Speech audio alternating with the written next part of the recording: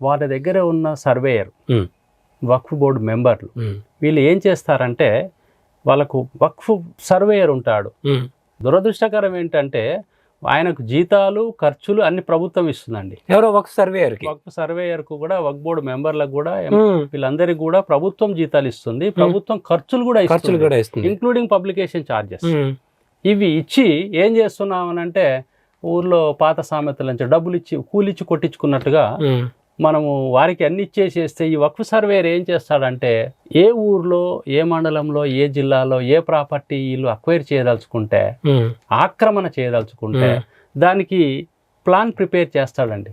చేసేసి ఇది ఇన్ని ఎకరాలు, ఇన్ని సర్వే నెంబర్లు, ఇది మాది అని ఒక ప్లాన్ తయారు చేసి వక్ఫ్ బోర్డు ముందు పెడతాడు. ఉమ్, కమిటీ వాళ్ళు ఏం చేస్తారు, ఇది ఓకే ప్రొసీడ్ అని చెప్పేసేసి దాని వాళ్ళు కలెక్టర్ పంపిస్తారు. ఉమ్, ఇక దురదృష్టకరమైన సంఘటన ఏమిటంటే ఎలాంటి రెవెన్యూ భూములు లేదా ఇతర ఏ ఆస్తులకైనా కస్టోడియన్ ఎవరే అంటే జిల్లా కలెక్టర్. జిల్లా కలెక్టర్. ఉమ్, కానీ ఇందులో ఉమ్, జిల్లా కలెక్టర్కి ఎలాంటి అధికారాలు ఉండవు. ఉమ్, కేవలం వీరు పంపించిన తీర్మానం ఏదైతే విషయాన్ని ఉందో.